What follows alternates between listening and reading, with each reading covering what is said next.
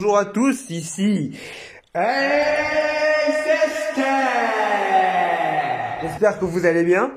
Et on commence cette vidéo. Ah oui, on part vite là, on n'a pas le temps, on commence. Il est clair que la fascination pour des œuvres... Ah non, c'est pas ça, c'est pas le contexte, pardonnez-moi. Vous avez vu Arcane récemment? Bon, après dire sûrement comme tout le monde.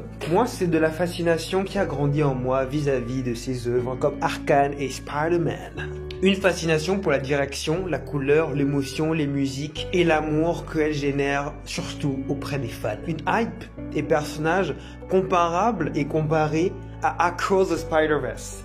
Et ça, c'est tout à fait logique, je trouve. Il y a de la vie dans toutes les frames, oh yeah, mais aussi dans l'histoire. Avec un style artistique plus que charmant, donnant du détail à chaque visage, les rendant presque humains, là où pour des mangas et animés, les expressions sont souvent passables et pas souvent très réalistes et très dessinés japonais, voilà, c'est pas bien. Là, on ressent tout le travail colossal derrière chaque mouvement, le travail et la passion. Alors en voyant ça, forcément, de mon côté, de mon point de vue, l'intérêt pour l'animation japonaise se fait... c'est plus trop le même quoi, genre... voilà, je pense que l'animation japonaise a perdu un truc, a perdu une guerre que l'animation occidentale a gagné. Surtout, voilà, je vais être plus clair. Je vais prendre l'exemple de mangas qui n'ont pas trop été esthétiquement travaillés, ou qui m'ont énormément déçu, notamment Radiant, mais aussi récemment Fairy Tail. Des mangas que j'ai aimés, mais qui ont été ruinés par le style, qui, franchement, en comparaison, c'est loin d'être la même chose.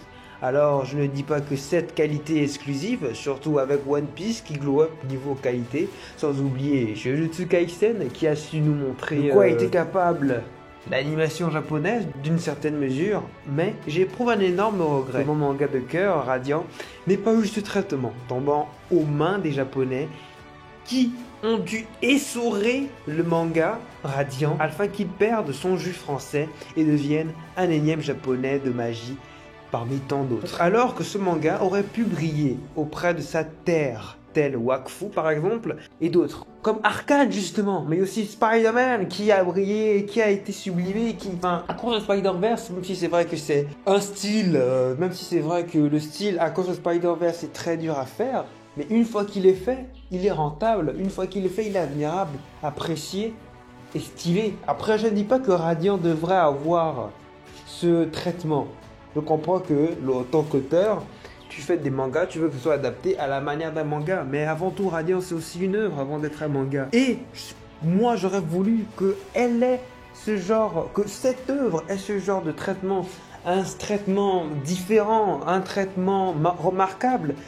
À la manière d'Arcane, par exemple, qui a su marquer, sublimer et inspire encore aujourd'hui et fascine. Mais là, c'est tombé dans les mains de... Après, j'ai pas de soucis.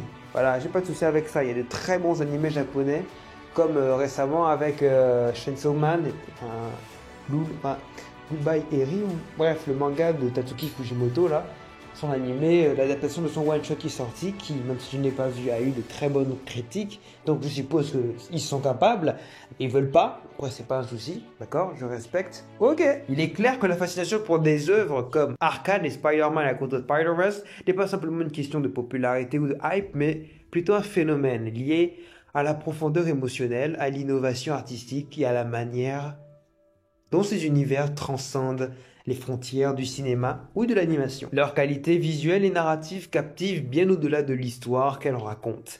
Elles révèlent une passion et un savoir-faire, autant pour moi, incroyable dans la construction de l'expérience globale.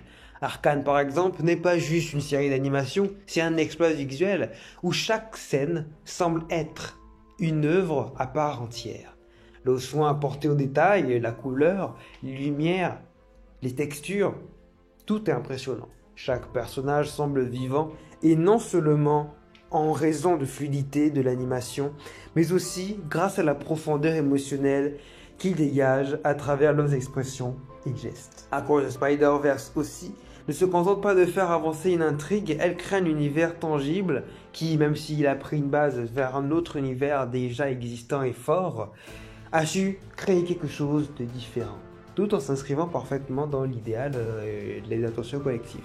Elle crée un univers tangible où les émotions sont vécues visuellement, comme si chaque mouvement, chaque coup de pinceau ou de pixel avait une raison d'être et une intention derrière. Cet aspect, cette sensation de vie, chaque image qui vous touche profondément. Une telle attention aux détails n'est pas simplement là pour épater la galerie, mais pour simplement immerger le spectateur dans un monde où l'animation cesse d'être un artifice pour devenir une extension du territoire. Pardon, une extension de l'émotion humaine. Bref, merci à tous d'avoir regardé cette très courte vidéo. On se dit à la prochaine pour une prochaine vidéo. N'hésitez pas à me suivre sur les différents réseaux sociaux, bref, sur les différentes plateformes telles que Instagram, Twitter, enfin X, attention. Et voilà quoi, donc on dit bye. Je veux un peu, ok, je vous aime.